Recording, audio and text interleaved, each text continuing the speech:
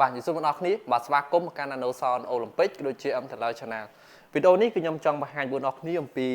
set បាទធុង professional បាទប្រើប្រាស់បែបជាលក្ខណៈគ្រួសារឬមួយក៏បើសិនបងប្អូនមានដូចជាក្រុមការងារអីចឹងណាបាទបងប្អូនចង់បានលេងបែបខ្លាំងអាចថា cover បានពី10ទៅ5 10តុកដែរបាទបងប្អូនអាចមើល set នេះបានបាទជាមួយនឹងការប្រើប្រាស់បែបងាយអូខេសម្រាប់ high នេះគឺយើងប្រើប្រភេទ JBL Eon 712បងប្អូនបាទជាប្រភេទធុងអំភ្លីជាប់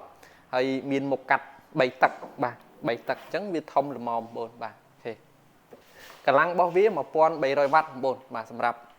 ប្រភេទធុង high នេះដោយឡែកបាទចំពោះ subwoofer គឺយើងប្រើប្រភេទ JBL POX បាទ818 XLSW កម្លាំងរបស់វាគឺ1500វ៉ាត់បាទជាប្រភេទអំភ្លីជាប់ដូចគ្នាបាទដែលមុខកាត់របស់វា5ទឹកបងប្អូនបាទ5ទឹកអូខេហើយ microphone បាទ microphone គឺ M12 Pro បាទ M12 Pro នេះគឺជាប្រភេទ microphone ប្រើថ្មដែលយើងអាចសេរីបានច្រើនបងប្អូនបាទកាត់កងតម្រៅ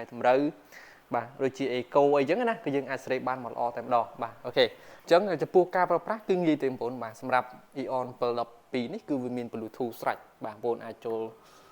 មក Bluetooth មកបាទនេះចូលមក setting ដូចទូរស័ព្ទរបស់យើងអញ្ចឹងបងប្អូនចូលមកយ៉ាបែកបន្តិចណែ setting បាទ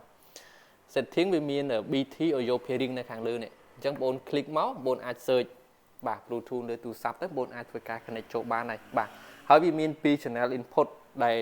ខ្ញុំប្រើជាក់ស្ដែងនេះខ្ញុំអាច input ពី microphone មកចូល channel ទី1ឬមួយក៏បើសិនបងប្អូនមានឧបករណ៍អីផ្សេងទៀតបងប្អូនអាច input ចូលបានអូខេ